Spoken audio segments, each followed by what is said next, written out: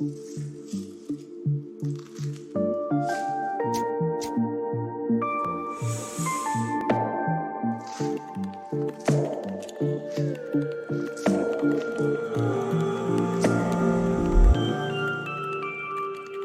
today, we're talking about like kind of like the historical, like chronological order of how the flow arts culture kind of like came to be. So I'm estimating we'll be here for, I don't know, 60 minutes, 80 minutes. I don't know. That's kind of like the rough window. Feel free to leave whenever, come and go, lurk or interject us in between, ask questions or not. Feel free to stay after. I don't know, like whatever you like, you know. So it's more like instead of like a one directional uh, broadcast, I think we chose Discord instead of like the Twitch so that it could be like more like a circular kind of like conversation like with the community. Yeah, so I can like share screen too. I'll start. And then once I finish kind of like my section, I'll pass it to Shabuku. Chabuku will talk a little bit about the events, and then Sanya will talk about a little bit of the prop and contact juggling community. I mean, Circus James here also has been around for a while. I'm sure he'll have like a bunch of stuff to like add to it. This will be fun.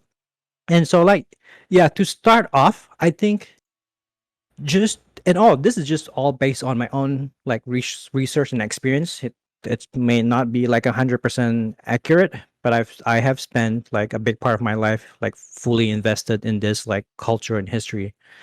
So again, I do recommend playing some like maybe like some soft music on your earphones to kind of like go with it. But yeah, I think to start off, I think like fire spinning and swinging props around has been around since the creation of like fire from the caveman days. That is like no doubt. Like that is for sure. I'm sure like some cavemen were like swinging it around. Were they doing anti spins or not?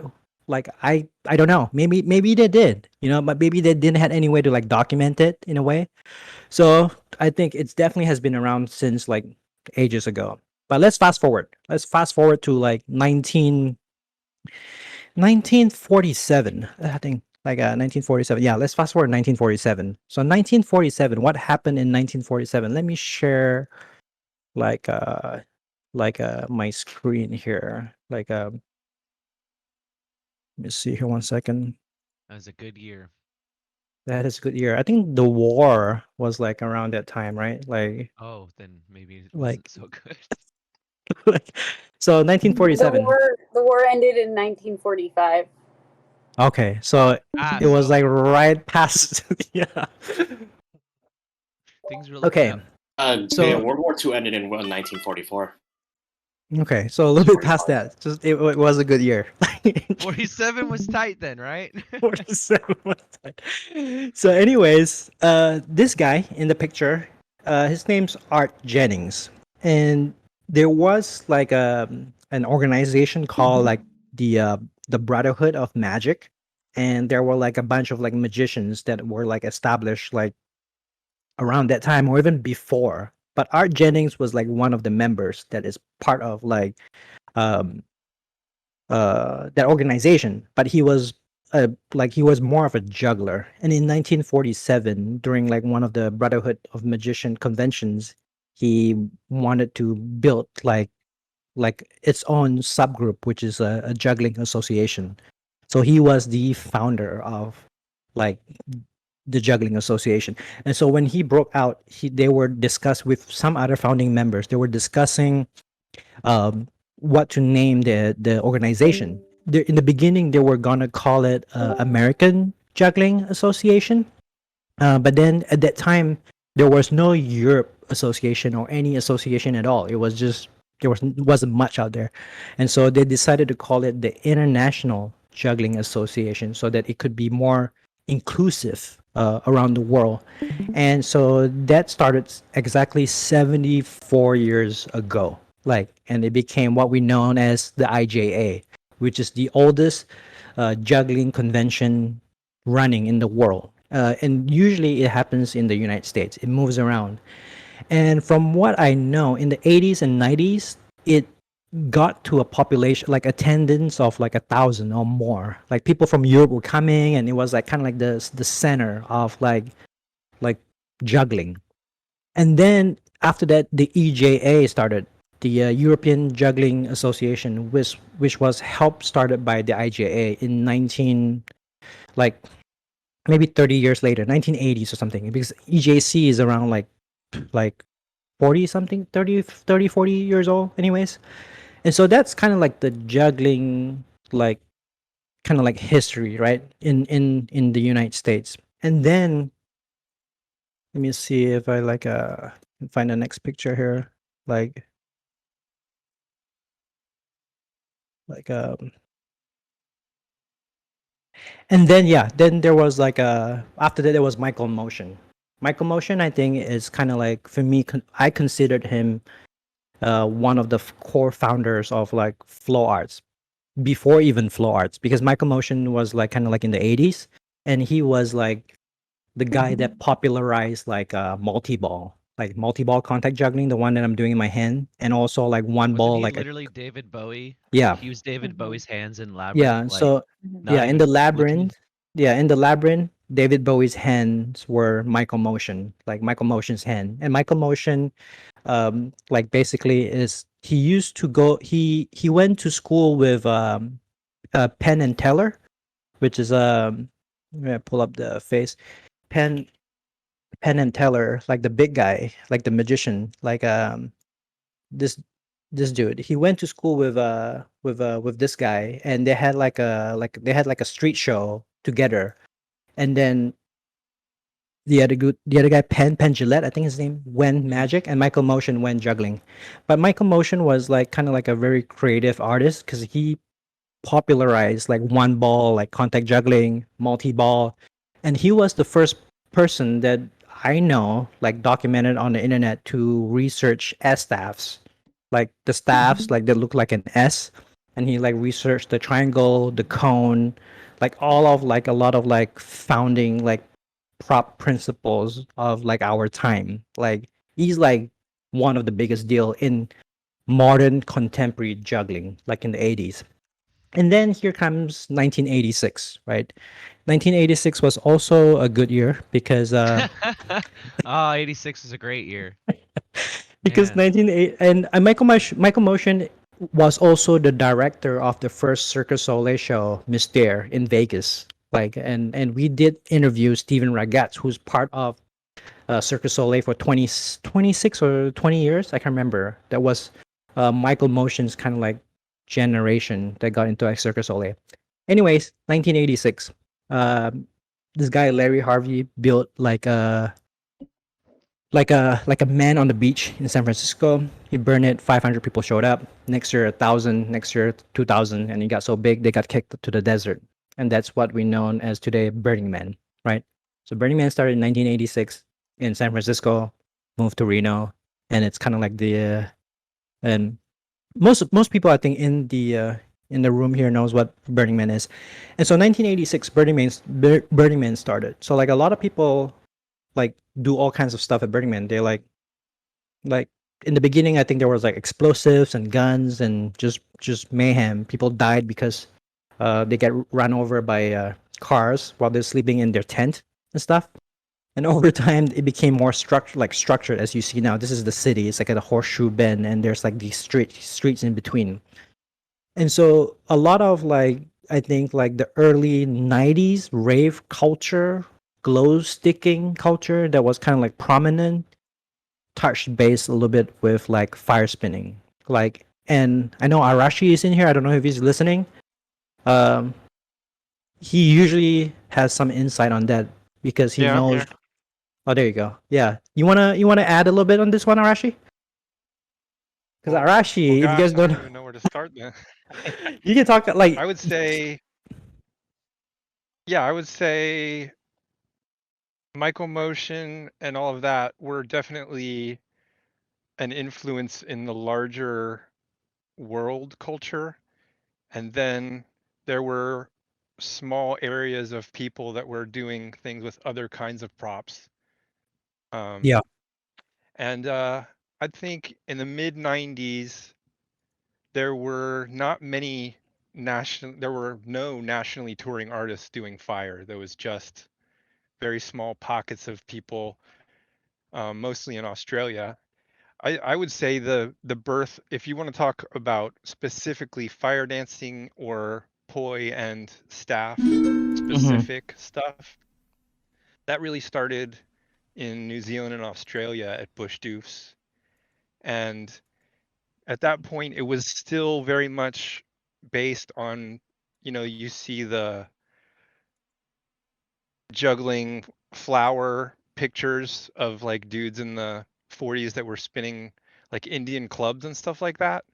And Yeah. so I think Indian clubs is really the core from which modern poi spinning really sprang, because we didn't have that connection to the Maori roots of it when it spread into the 90s. So like it started in Australia and New Zealand from people that knew Maori and were right there hanging out with Maori.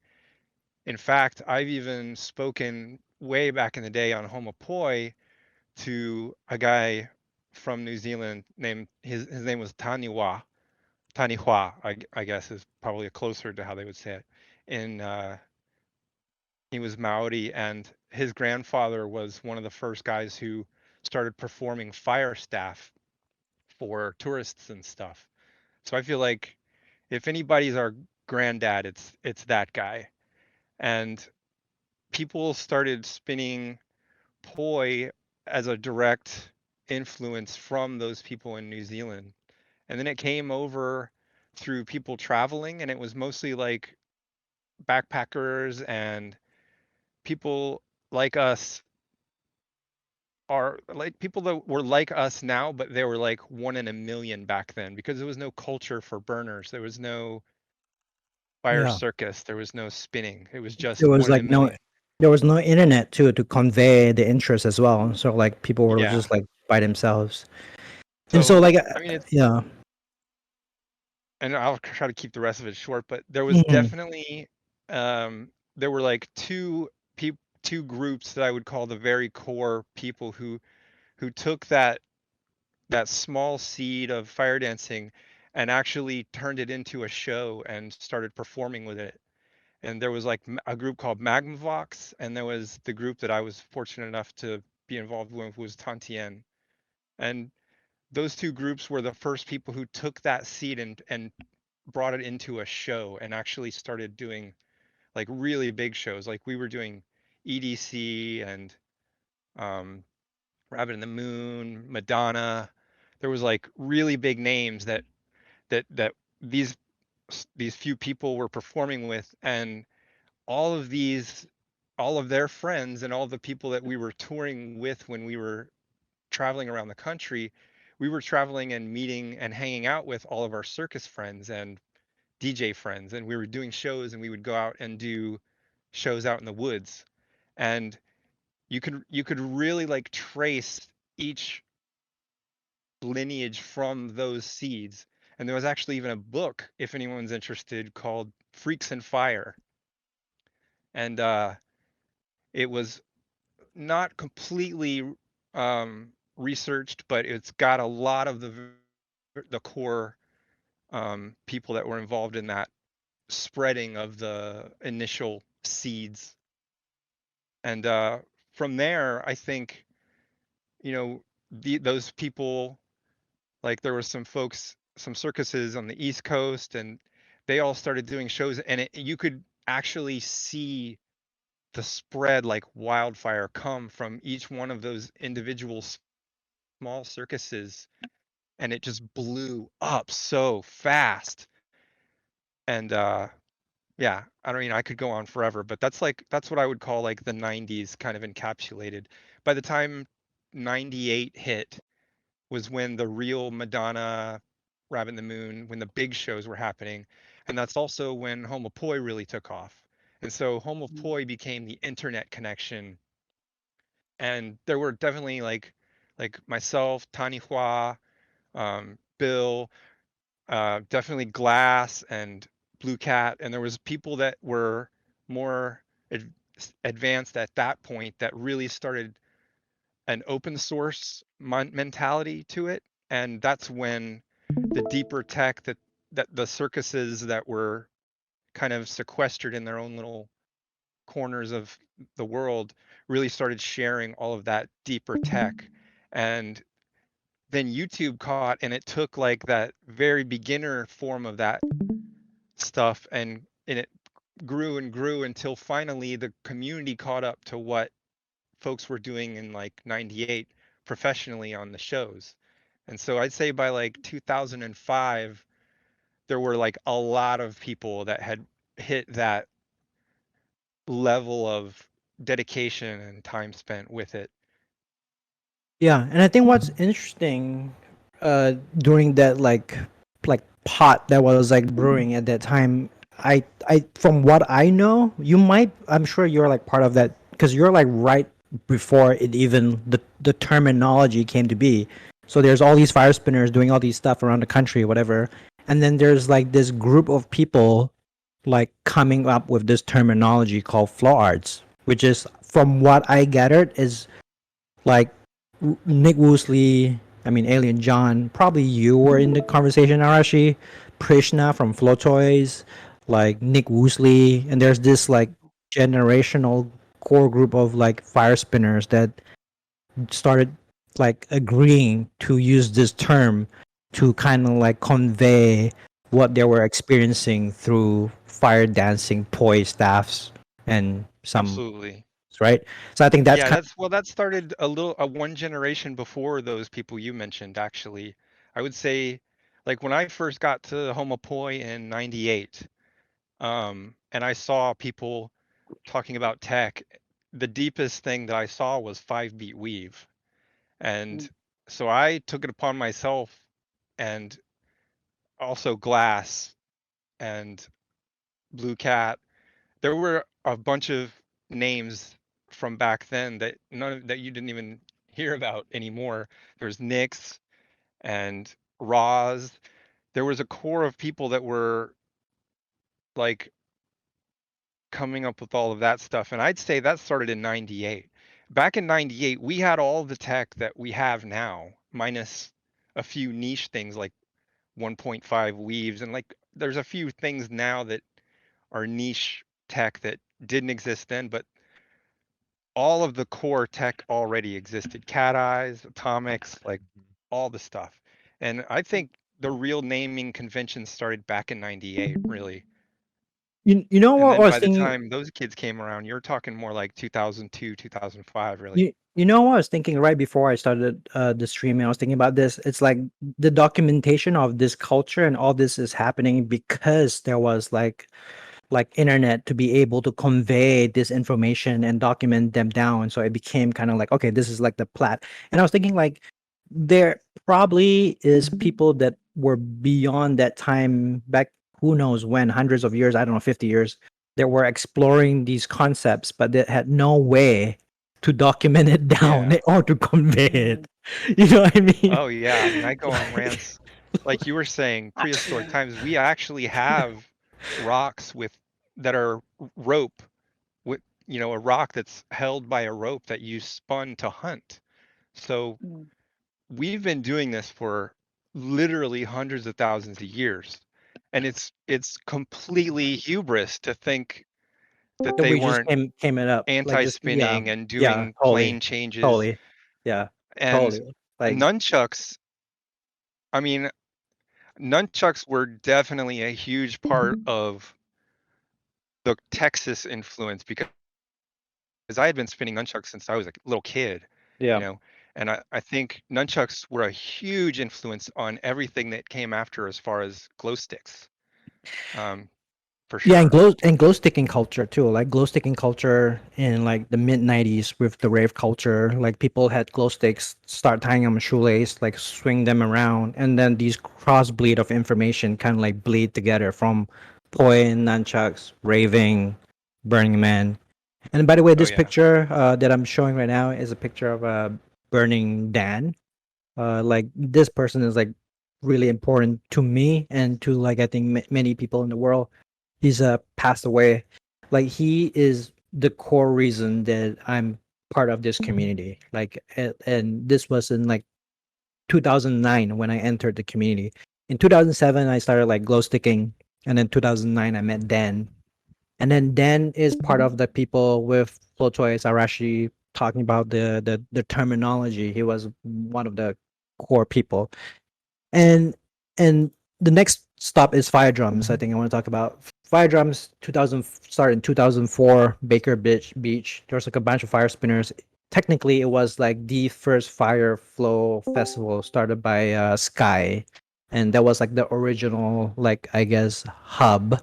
And then like the next thing I want to touch on is just like contact flow toys. So flow toys is part of that conversation as well. The people that kind of like coined the term. I mean, I feel like flow toys is like one of the leaders of like flow arts culture, like in the country, if not the world, even like at like. And Sean and Prishna, they push like the community values and stuff like that. Like I mean, it's like on a next parallel. And the last thing I want to mention before I hand it over to Chabuku is like even I don't have a picture of like a Ronan. So Ronan, let's see here if I can Google his name. Ronan is from Ireland, and why is this thing not working? Ronan is like from Ireland. Maybe I'll just look him up through Facebook.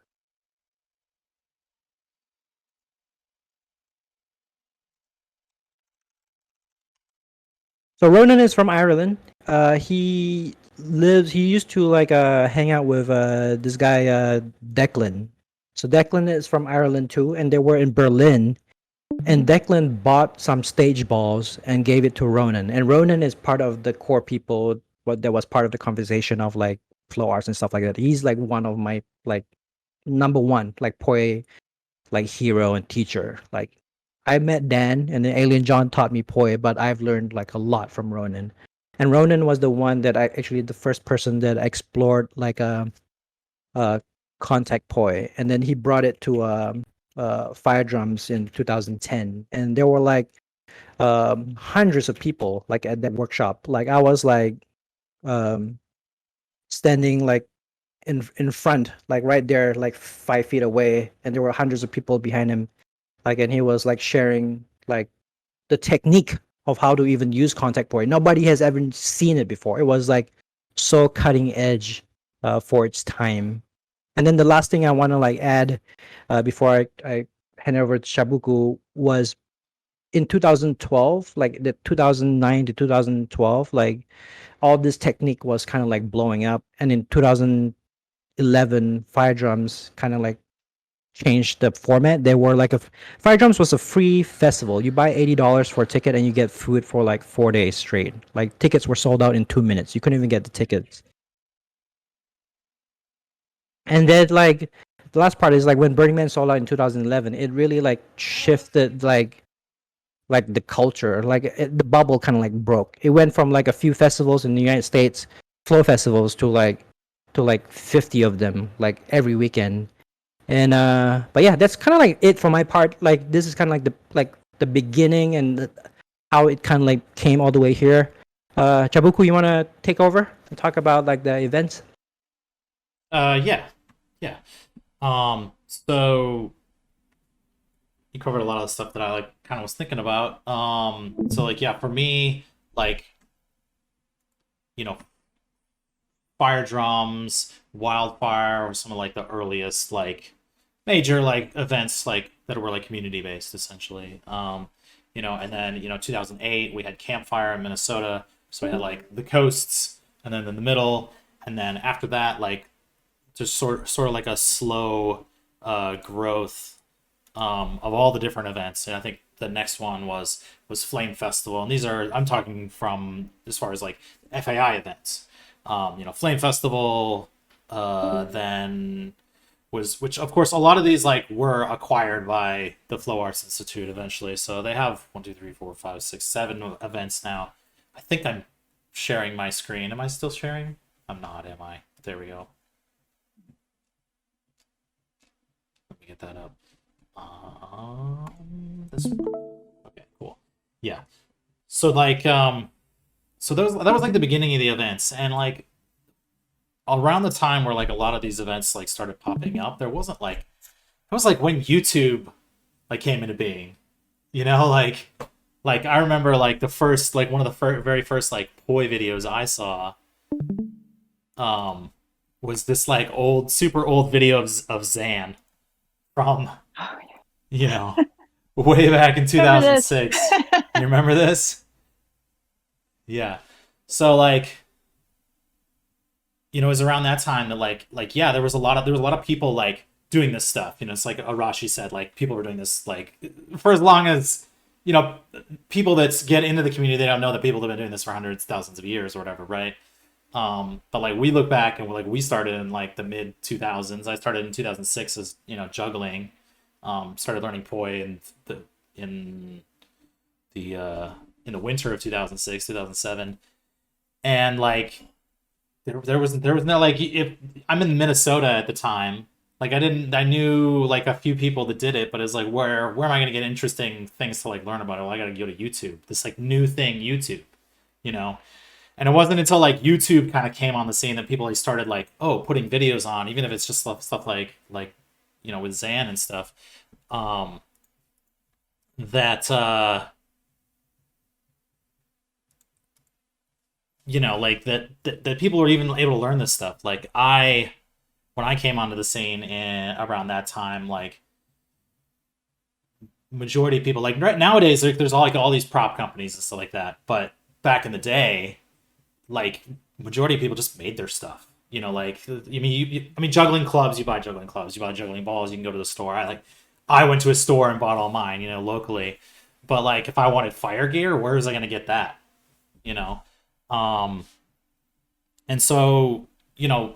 All these events started popping up mid 2000s. By the late 2000s, there were just ones popping up everywhere. You know, like you know, all across the country. Even like if you just use like the FI events, like they now cover like all of the different areas except for like the southwest, south. You know. Wow, this video crazy. Is it still playing? Oh yeah. I haven't seen this video since I Memories. started like 14 Yeah. years 14 Right. years ago. I know you're Right, hitting right. on nostalgia. Yeah, and so like as far as like the events go, like there's definitely like two different like big styles of stuff like that, and like eventually like the you know once Sky kind of like moved out of like fire drums and you know Noel and Zan and them time kind of Axis Mundi took it over. The like kind of event transformed a little bit, you know. Yeah, They Axis started- Mundi is basically Flores Institute before they renamed it, by the way. yeah. For those that don't know, yeah. Yeah. So and then you know, and I again like I'm gonna just say some of the stuff. Like not everything I know is like accurate, but it's what I remember. You know, and I'll do my best to like make sure it's accurate. And feel free to anybody Rashi, you know, correct me if you need to. But yeah, and then they started doing it a little bit more model where it was actually able to sustain itself. And you had events like that, and then you had like events like Wildfire, which were far more community supported.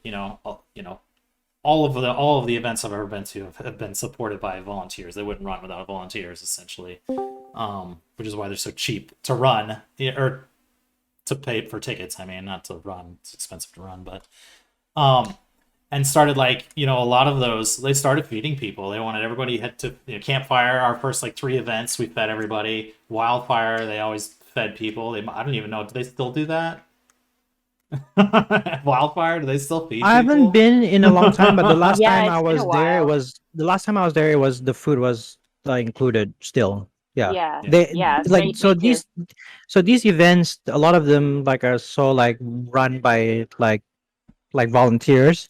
So fire drums Yeah. spend their money instead of food getting instructors to come in, and Wildfire, instead of spending money on instructors, they buy food. So you go to Wildfire, you get free food, but you don't really have Yeah. high tech. If you go to fire drums, you don't have food, but you get to see some impressive stuff. And also Right. a lot of these this culture predominantly is happening in the United States. Other parts of Europe, South America didn't even like touched on this. I think like Europe had like people like Ronan and there's like the EJC and the juggling and there's the crossover kind of thing. Yeah, so I've actually brought up a whole bunch of pages on the Wayback Machine to like show kind of that era of like how things kind of like looked and stuff like that. So I have like actually brought up the Wildfire page from Great to see. 2009. And they were kind of like the first ones to like put everything online. You know, like nowadays, like you go to a FAI event, you probably can see the whole schedule online. There's all this, you know, this Facebook stuff, there's schedules and this and that. And so Wildfire, you know, had a lot of this stuff online, and it was kind of interesting, like with all the events like just popping up everywhere. There's at some point there became like a oversaturation, right? Like I don't know when it became like I remember Drex started a calendar, and all of a sudden like the calendar is just like hundreds of events, and you can't even add them all into there. 2012. Like, Yeah, Burning Man sold out 2011, and at that point, I think there was like a dozen events in the country, and then 2012 had like 40 events. right. Like everybody was starting on their events. Like Yeah, and I mean, as far as I know, like from like 2008 when Campfire started, there's only like 3 events that are still running from then.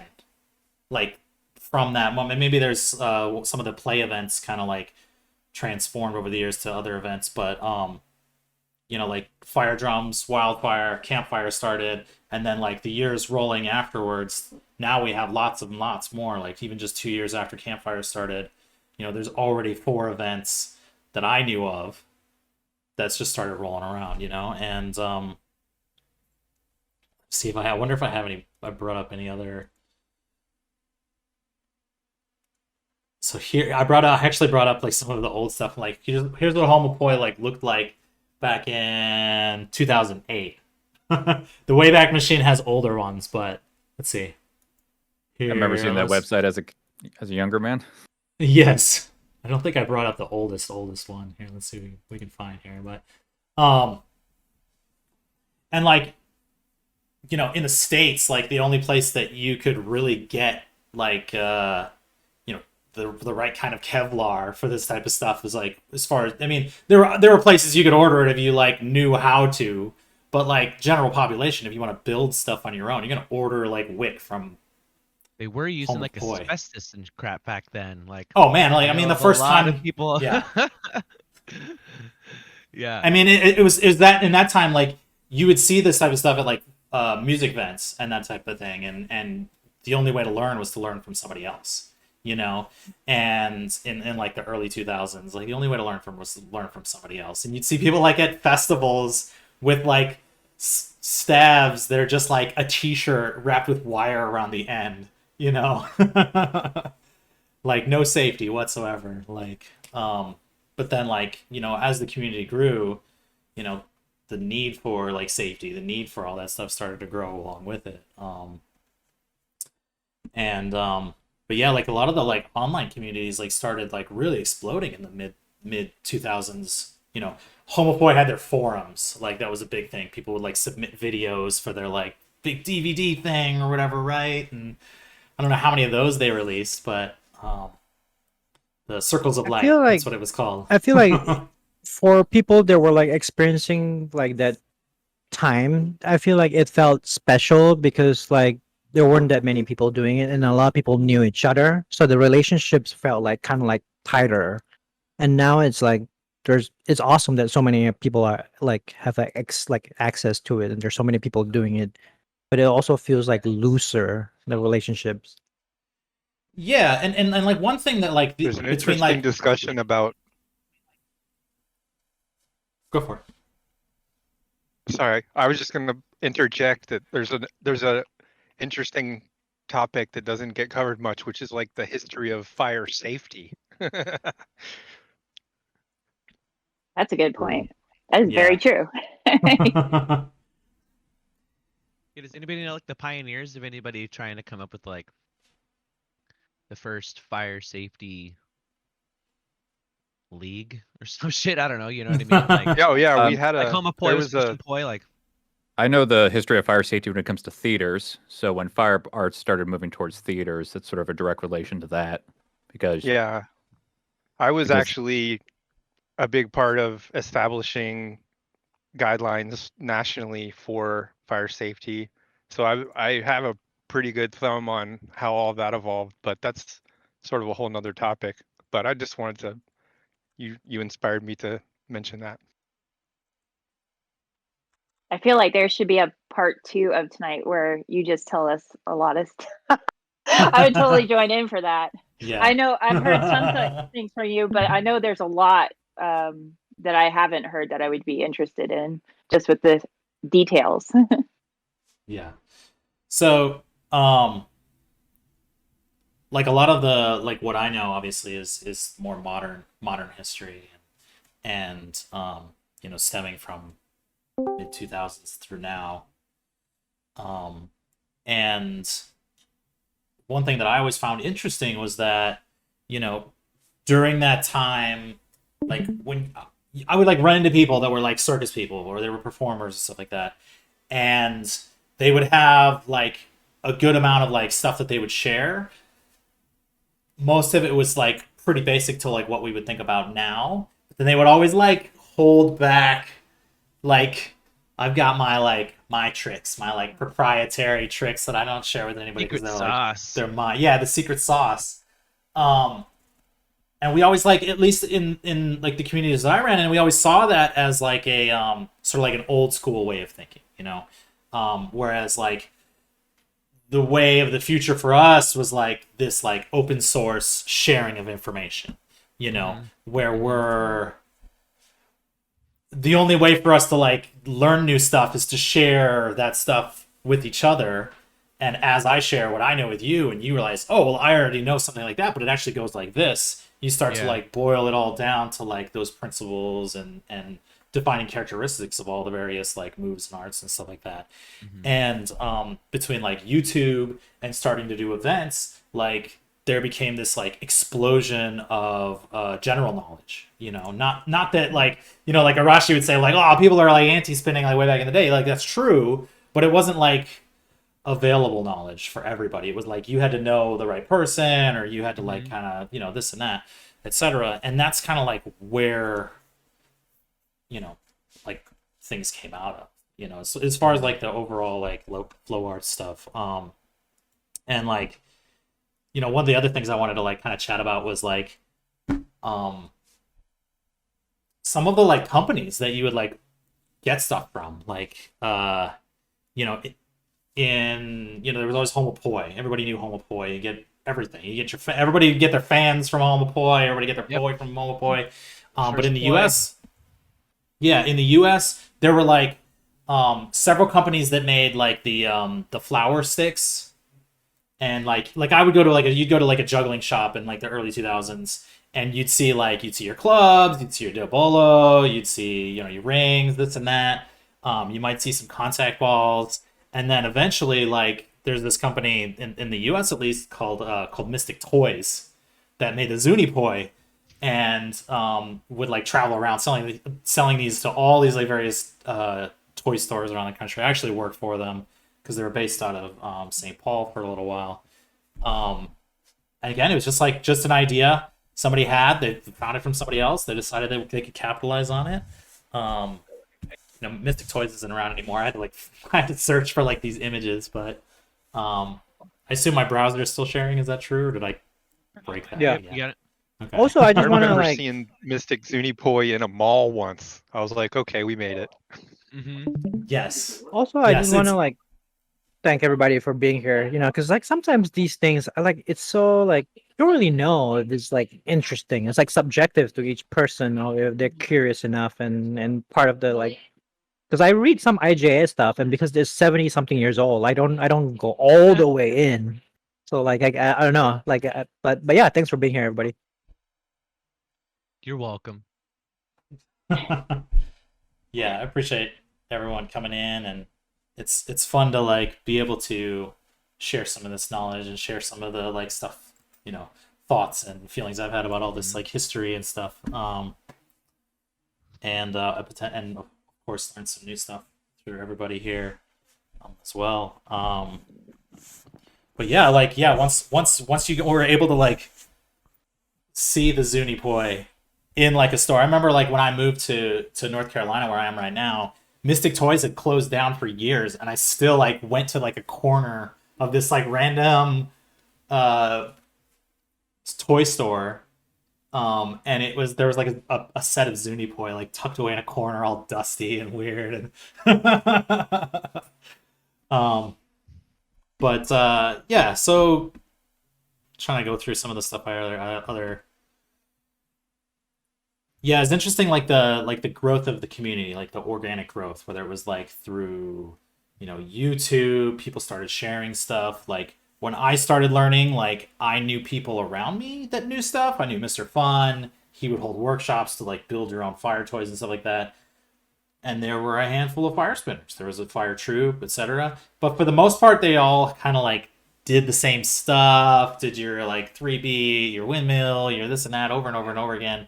There wasn't like, for me, there wasn't like a lot of people around like really pushing like new knowledge and like searching and looking for those new things, and that mentality of like, no, what's the next thing, what's the next thing, what's the next thing.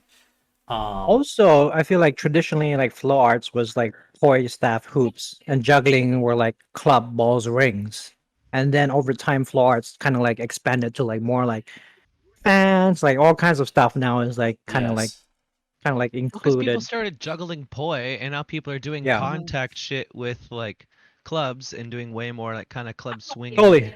So it's like we all Yeah, kinda it used to like, be. It used to be do-si-do. very divided. Like you You do either are this in with this this, group or yeah. this, and you never crossed over. It felt like that at Mhm. least. Very superior. Yeah, and I don't know like when the transition is happening to Senya, because Senya, you're going to talk about like the props and contact juggling community, right? And also like during, I feel like in the 90s, the French jugglers were exploring a lot of these contact club, like anti-spin and stuff like that. So like like the same time, other parts of the world were like researching kind of like the same thing. And in 2012, 13, 14, they kind of like start like overlapping, and people were like traveling further, and this knowledge were like passed back and forth, techniques and stuff like that. Yeah, definitely. And around that time where like the explosion of all this information and like events and stuff like that, there's actually like a publicly like way to like ingest some of this information. I think like what it was like I'm showing right now, it's like the scales of poi, Nick Woosley's like DVD came out around 2007, and then there was Encyclopedia with Zan, and then Encyclopedia Oof. 2 with Zan and Alien John, and and then just like a slew of DVDs, whether it was like that one, there's like the Contact Staff one, came out in 2008, with Noel. Some Wow, crazy that's shit, crazy. like all this so old, That is so old, like dinosaur. Yes. And if you're not familiar with the name Noel Yee was like, he's kind of like the person that kind of like took over Fire Drums and also ran FAI for like a very long time, together with Zen and like Noel. Yeah, Noel and Zen. Yeah. Yeah. And Yeah, he just like put out that DVD series. yeah, it was I'll see if I can remember them all. There was Contact Staff, there was Double And Staff, there was the Vulcan partner. Tech Gospel basically is like Yeah. part of like Noel FAI living in the Vulcan, mapping all these like timing and direction. Like, yeah. Absolutely. Yep. What else came out around that time? The Encyclopedia 2 with Alien John brought all this like tech in to like visualize everything. Hoop stuff was And just, coming like, out. breaking everything. Yes, there was like several hoop videos. There was the Sphericalism DVD, Sphercular Vision DVD, where it was just like all this like kind of crazy stuff. Mhm. That's kind of an obscure DVD. Not a lot of people know it, but it's a good one. I definitely have not seen this video, the circular. These names, they're hitting. Hitting hard. Yeah, so this is some YouTube history here. Showing his age with the names. Shit was wild back then. Yeah. So, I mean, that's like most of like the beef, the like meat of what I know about all this stuff is that. I mean, I've worked in events since 2008. I helped start Campfire. I worked for did Campfire stuff for many years, then Flame, and then Flashpoint. And I've worked with most of the FEI events at least, and had a middling awareness of other ones. I worked for 3 or 4 different prop companies, whether it was Mystic Toys or Burning Passion or whatever. So yeah. But so I'll pass it on to Senyo, and you can share some good stuff. Thanks, Shabuku. That was like some beefy meat in there. Give me some bison, bro. I'm actually in one of those old Vulcan hoop video DVDs. I think I still have it somewhere, but I would be like horrified to even share it now. I've got a whole library of them. I probably have it. Oh, you probably have it. Oh no. Let's not go look at them. So my name is Senyo, and I actually started back not as long ago as some of the people here, but it was 2008, and I started with Hoop. And at that time, Hoop was very, very secluded. It was secluded from the juggling community and like the other props going on. It was like this whole community into itself. So the other things that were going on outside of the Hoop community, like Poi and stuff like that, a lot of the Hoopers did not actually were aware of it at all. There just wasn't. It was just 100% Hoop focused. So one day I was practicing, like getting exhausted from hooping too much. I remember Labyrinth because that was one of my favorite movies as a kid, and I was wondering, is that thing an actual thing? Can you do that? And did a lot of searching, found that it was called contact juggling and all that kind of stuff. And at the time, Facebook wasn't really popular yet. So the community for contact juggling was on a website called contactjuggling.org.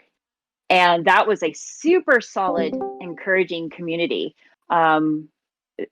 They would welcome everybody in. You had some seriously skilled people on there, very OG and people who were wanting to build the community into something better. Because I feel like contact juggling is funny because it feels like there's floor arts and then it's juggling, and then contact juggling is like right in the middle. And it's like, no, it's not really floor arts, not really juggling. It's kind of like in the middle.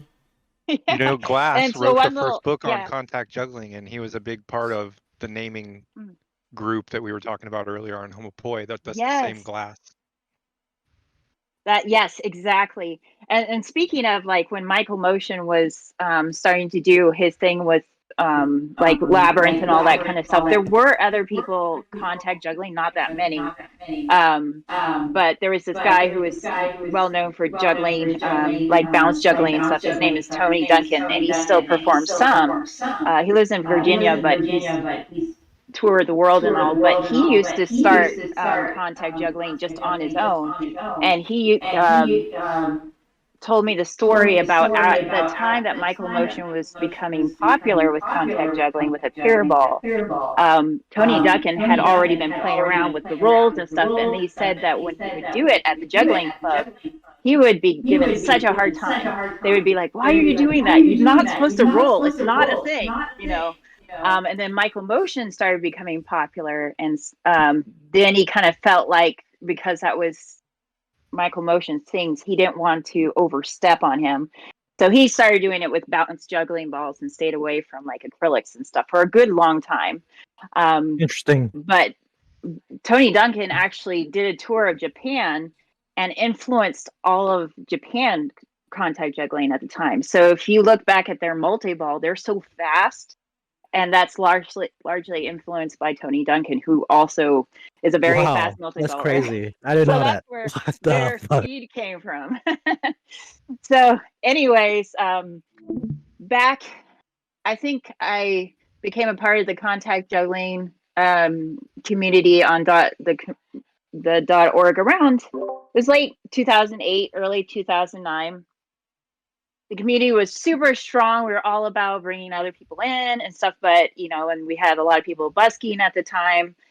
But it was still so unknown, You know and something then one funny? day, yeah. Somebody saw me do acrylics and they were like, "Do you do bugang?" And I go like, "No." And then they go like, "Everybody that does acrylics usually does bugang." Mm-hmm. Oh, And I wow. was like, I never thought I'd see that day. Yeah, I usually talk about since Bugin is like my main thing, and since I was a part of the beginning of Bugin, I usually talk about that, but I never talk about this side of the history that has a lot of where to do with where contact juggling is now. So basically, one day, I think it was around 2010 or so, or early 2010. This guy comes on contactjuggling.org and he says, I'm going to put out contact juggling mainstream. And he's like, I'm going to do this whole commercial and it's going to be amazing. And can anybody come by? I'm going to be in Florida. We're going to shoot it on this day. Who can come by? The whole community was super excited. I Like, just who blocked can that get word there all the on my Twitch stream. You can if you type it in, it's like blocked. yeah, the F word. So basically, there are some of the people that were, I mean, this is how this word got out about this commercial was because of it was put on contactjuggling.org. A small group of people who were in the area were able to make it this one day, and they were at various skill levels. They shoot this thing, they come back, they tell our little community, super excited. And so we're all excited. We're like, whoa, we're going to get exposure and all this kind of like, we're going to have a lot of people come into our art form and all that kind of stuff.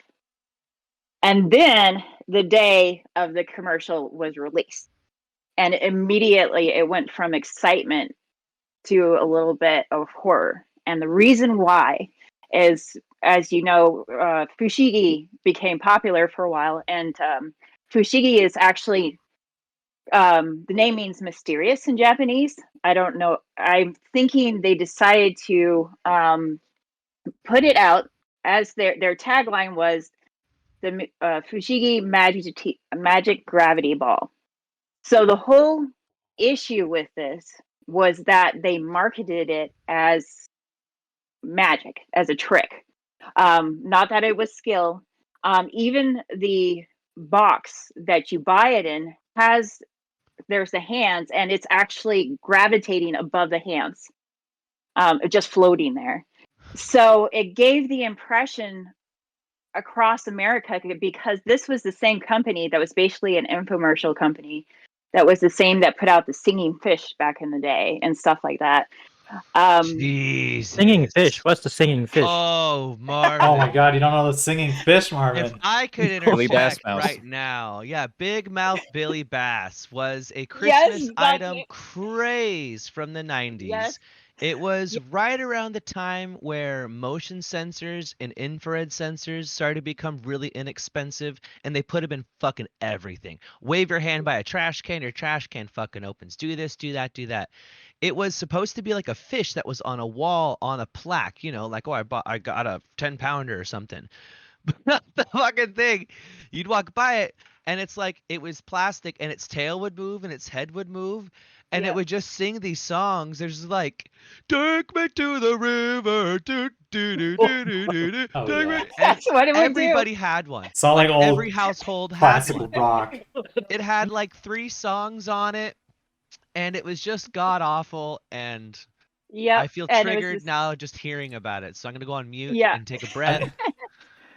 So we were everybody was super unnerved by this because the whole infomercial shows it they showed the Enigma a lot, which is, makes it look like it's floating on its own. We were under the impression from the beginning, and what we were told, that this was going to be put out as a skill toy to learn, and obviously it wasn't.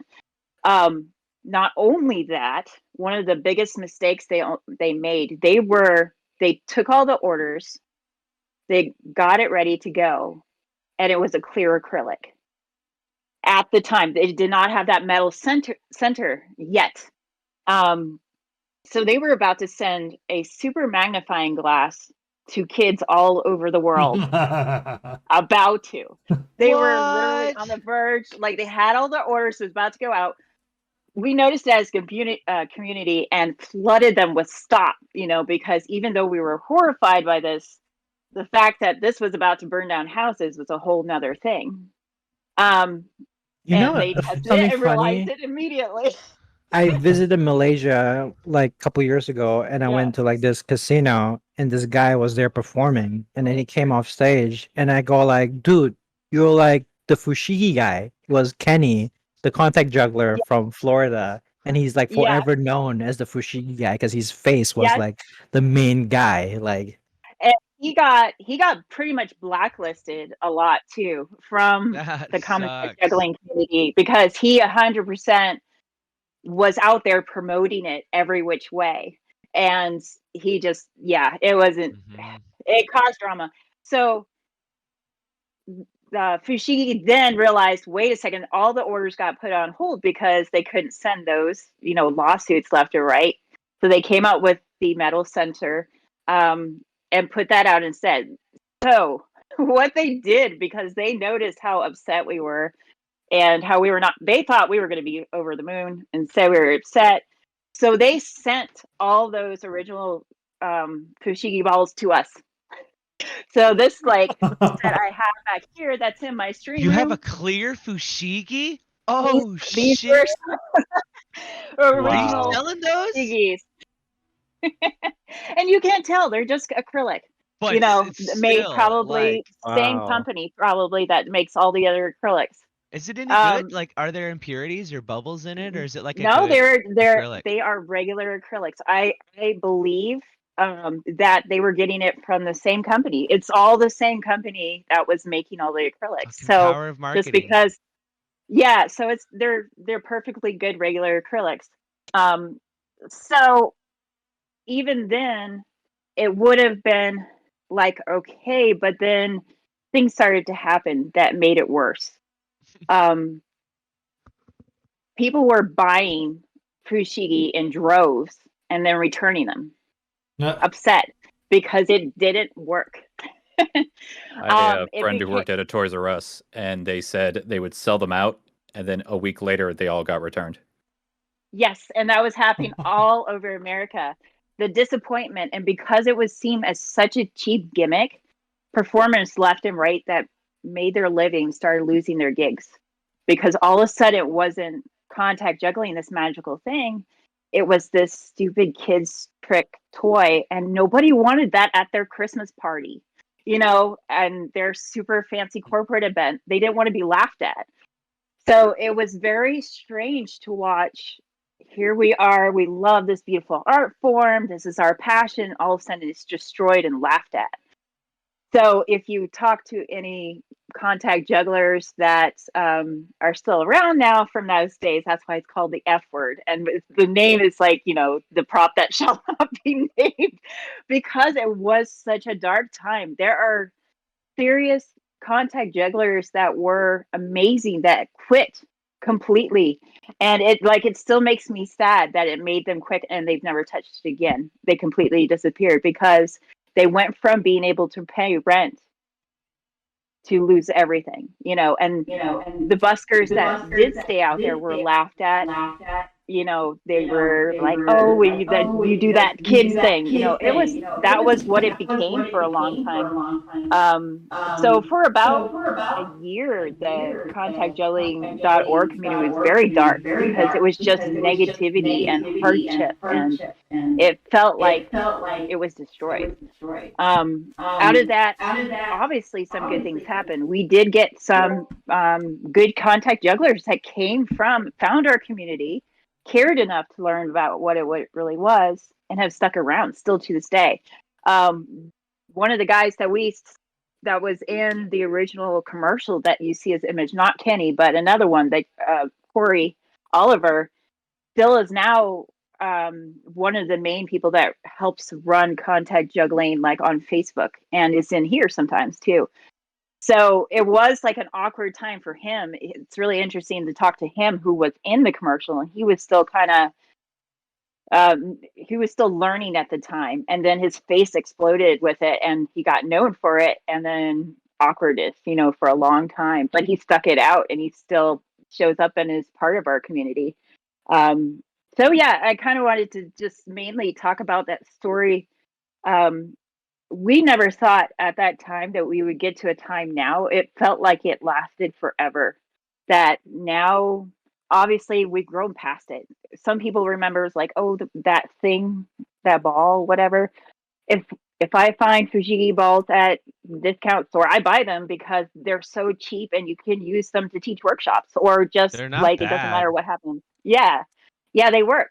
They're So cheap. They're just um, acrylic balls yeah, with metal in the exactly. middle. Metal isn't always like, it's not like perfectly smooth, so the illusion No, is it's kind not. of Yeah, lost on it, but yeah, yeah. still, it's a cheap. It Acrylics still aren't works that for cheap, like a practice. good one, you know. Yeah. So Yeah. So for practice or to give, or even as a gift, if somebody's interested in learning, here's one, you know.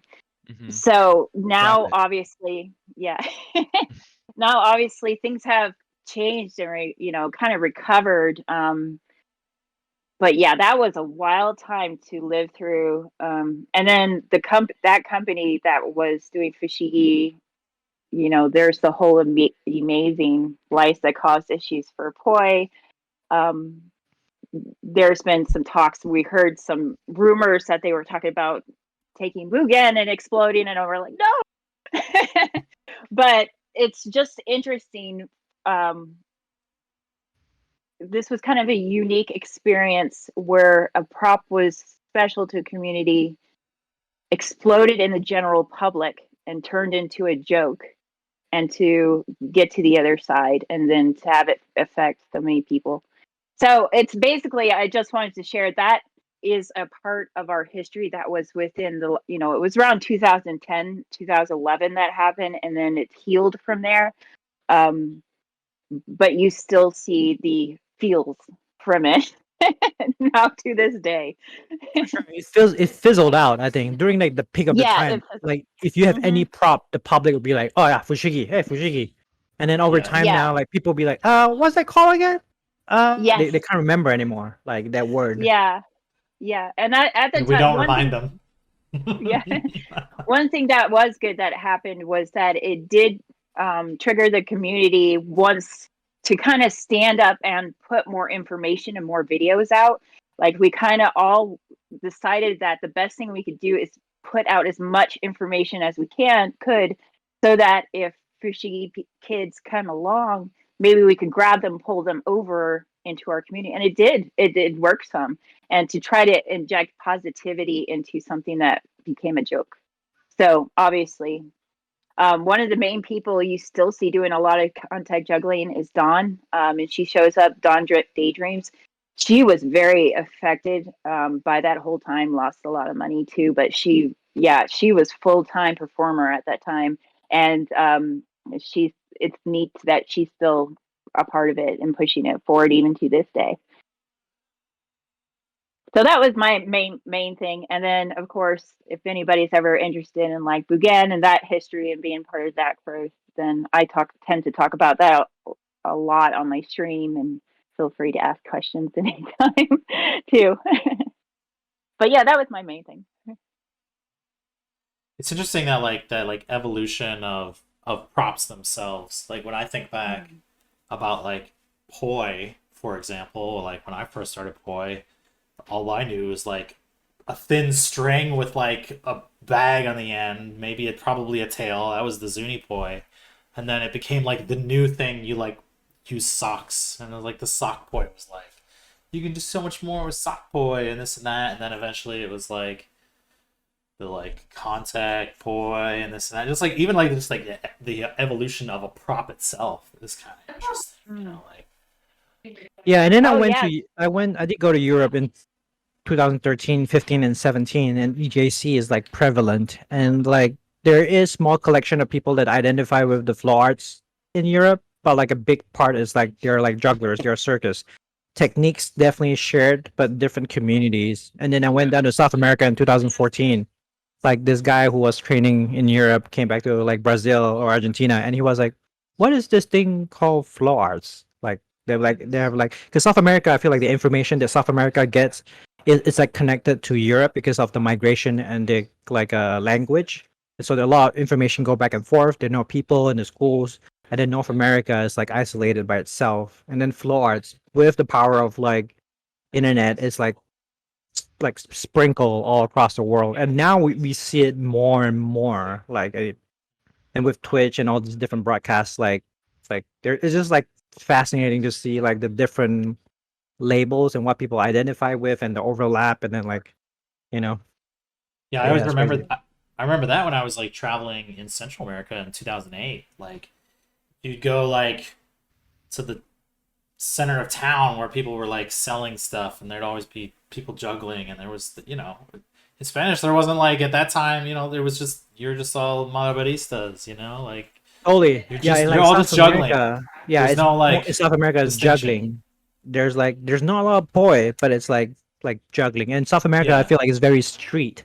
Like they Yeah. all travel around the street. They all know how to juggle. They all can make money from traffic lights. So like it's a very street hip thing. It's like almost like skateboarding. Feel like it's like kind of like oh we're street guys, street kids, and we all Yeah. know how to juggle like super like crazy. Like Yeah, and like the places that I went to, like people were doing poi and they were doing staff and they were doing that, but it was all the same. It was all just I'm juggling. and Basically. as flow arts became more popular, tagged onto EDM and Burning Man, the IJA was like declining over the years because IJA is more expensive, smaller, it's like less hip, more dry. Like while flow arts is like more like hip and EDM. It's like kind of like the like more rock of like our time. Yeah. I think Yeah, I that's mean, what and kinda I would sorry, say the that's like problem a- with. Oh, sorry. Go ahead. No, go ahead. Well, I'd say the problem with the IJA declining in popularity is they never did a good job of disassociating the clown with the juggling. Because that's the biggest issue I ever had was the juggler. Like, no matter how hard I worked on a trick, someone goes, I have a nephew who juggles. Yeah. Yeah, That'll be and, it. and, I'm like, and sweet, I just did 7 balls, man. Thank you.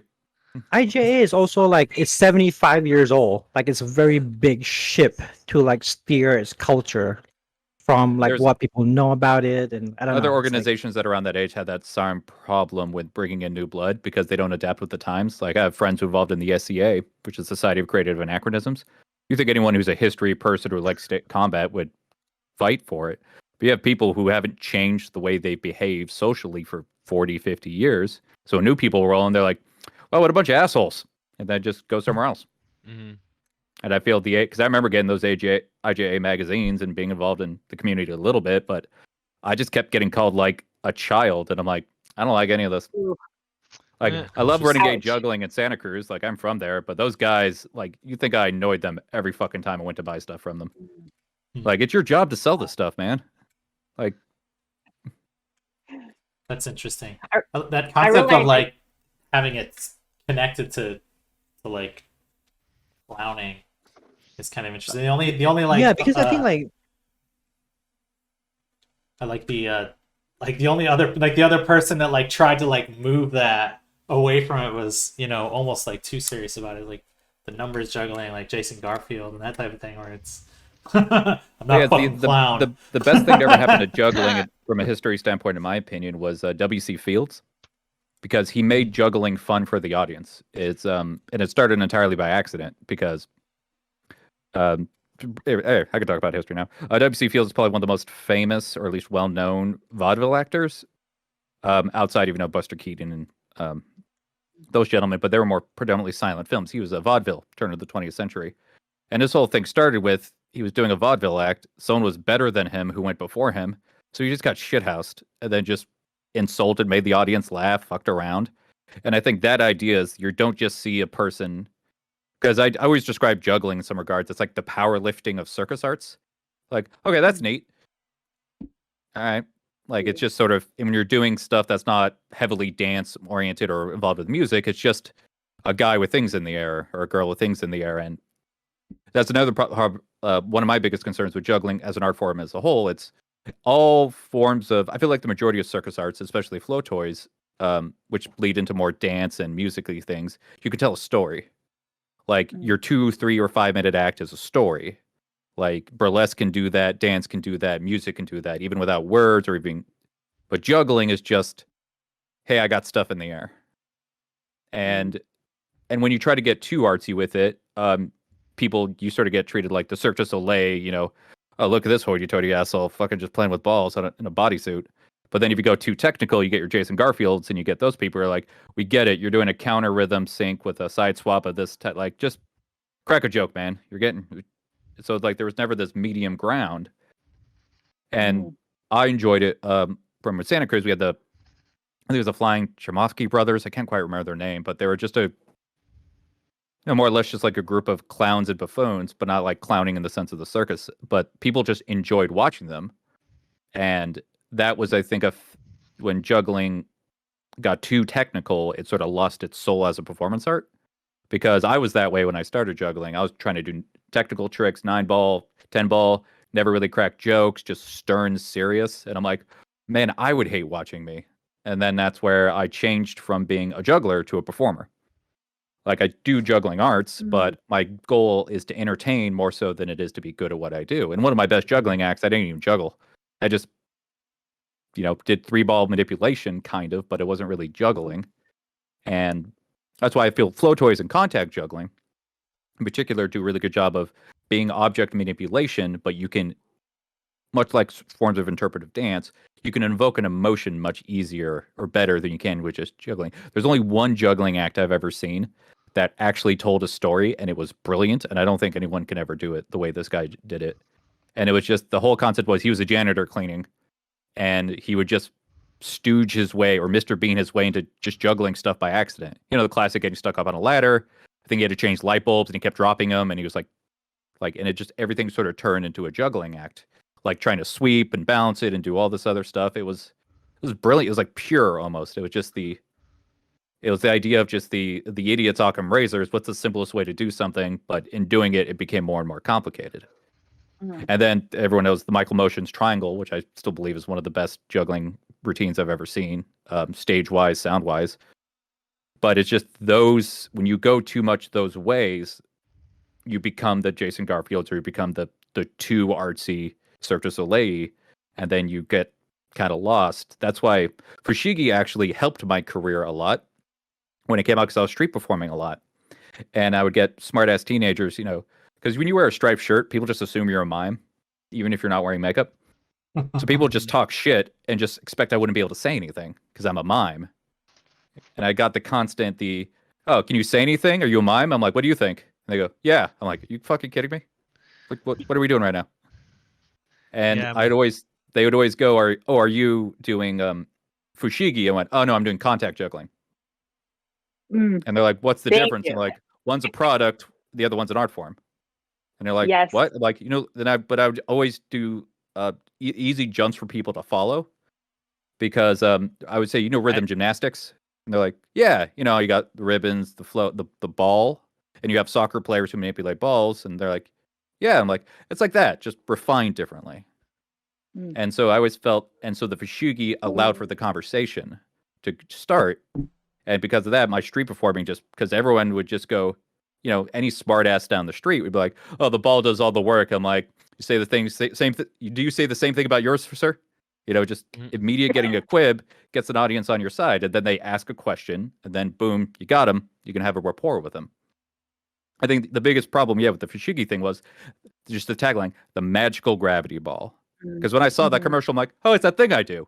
Then I saw that tagline, and I just went, fuck. Yeah, exactly. I should have mentioned too that like you obviously learned to handle it like super well, which is like, I don't know how you could handle it better than that, than you did. And I forgot I've been teaching to high mention schoolers to juggle for like 15 years. You get some thick so skin. you know it. Yeah. And I forgot to mention too that like one of the people on Twitch, obviously, that was very involved in the contact juggling community and who lived through that Fushigi time with busking also is the Velveteen DJ. Richard Hartnell also was. So if you're also interested in hearing a different perspective because it really affected him at that time. He was 100% busking at that time with contact juggling and felt He the full also has the- ramifications. He also has the F word ban, so don't try to say it on the Yes. stream. Hold on, I gotta take a phone call. Go for it. Yeah, Yes, I always that tell was- people that you don't go play Spalding ball on a Spalding court. You play basketball with a ball that is the brand Spalding. So True. Oh yeah. Fushigi's the same thing. It's just a ball, but it's just a crappy ball, not as good as Spalding. So it's just the brand that. So that brings up an interesting point because then, you look at some of our props like Dragon Staff, who was named by Gora, who came up with Dragon Staff, and then other people make the same type of thing, but the name Dragon Staff takes over, even though that's technically his design and production. And the same thing with Bugen.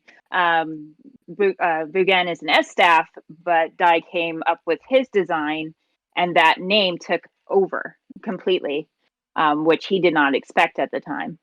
And obviously, Isn't there also something with like the Doodle fans? I heard that there was Oh, some that's big true. Doodle drama with grips. Doodle grips or something. Yes, Yeah, with a yeah. homopoi in Australia. Yeah. Well, I heard that they basically took the design and called them Doodle fans, and were like, They did. "Sorry, it's open market now." What are your guys' thoughts on that? See, that's interesting with Bugen too, because at the beginning there were a few small companies, because there wasn't that many at the time. This is like 2009, 2010 or 11 that tried to take Dai's design with Bugen, exactly copy it, came out with a lower quality, but said these are Dai's Bugen, like actually claimed that they were his. And so that created a huge drama in our little Bugen community. And it was like, no, these are S staff. These are not Bugen. They're not the same quality. Don't spend that money, on these crafty things that are going to break on you, And so there was definitely drama. Now I think it's fine. It's worked itself out. But because people were claiming these were the actual sets that Dai made in the same quality, it was definitely a drama for the Bugen name for a while.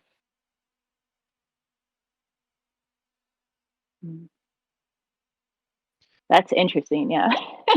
And then there's names for moves, and then it gets confusing. Hoop community had that for a while, where there would be one, like Hoop Girl became a lot of drama because she named the hoop moves and came up with her own name for hoop moves because it wasn't settled yet, concrete, what things were what. It hadn't taken hold. So she came up with her own variety of names, put out DVDs, taught workshops, and then got upset when people referred to the moves and started teaching them and said the names she came up with. Like, how do you expect anything else? Yeah, well, that was an interesting drama in the hoop community to watch. Well, that's like that naming thing is such a weird thing. It's just like, how do we communicate these things? And like for like a long time, it's like, well, I came up with this thing, so I called it this name or whatever, and then like somebody else is, well, I already do that. It's called this, or and then there's like a lot of people trying to like come up with a single language for stuff so that you can like try to communicate, this is what I'm doing, it's like this, it's like so it's super confusing. Trying to claim ownership is the dangerous part, because that's when people are really trying to change it into something that is outside of them, even though they're the only ones that they, because I mean, I always think it's cute when someone's like, oh yeah, I came up with a move, and it's like, all right, sure did, buddy. You discovered a move. You didn't come up with it. You discovered it. Like, let me see it, and I'll wait a while before I tell you what it's really called. But Rocky said that very well. Yeah. About how all this stuff, even with like Bugen, the stuff that's now was being done back then, it just wasn't always on video. Yeah. And stuff. Yeah. I think there's like a difference too when there's coming up with moves and coming up with combos. For example, like even over in dance, right? Like as a break dancer, as a b-boy, we come up with in order to actually learn the art form, you first need to know your foundational vocabulary, right? It's like your ABCs, right?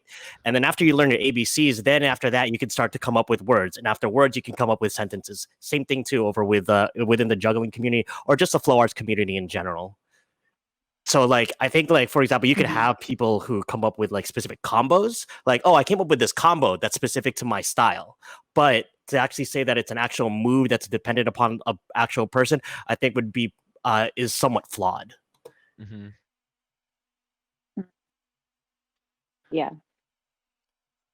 Yeah, I Amy, think for that's a fun. while the like juggling and circus and stuff wasn't really a thing that was considered a hobby. It was an art form that people tried to kind of monetize on to use their artistic expression to be unique and try to be like bookable.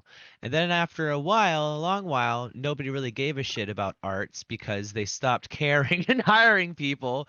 So it kind of turned more into like a expression with like music and stuff, and that kind of took some of the competition out of it. And it's not like, oh, I'm doing this because it's fun, not because I'm really trying to like create an act to make money for the most part. So I think that opened up the doors for people to kind of learn from each other and share it, because it was more of a fun thing instead of like secret sauce. It wasn't like, oh, this is like my painting technique. It's like, oh, let's like paint some shit together and like kind of see what we Yeah. can make. Yeah, exactly. And even with like Michael Motion, you know, back in his old videos, he did use an S shape, you know, in one of his whole, and that's how I originally saw it and went on the search for somebody making some kind of S shapes. So like it's not like anybody owns an S shape, you know, it's just its Mm-hmm. shape.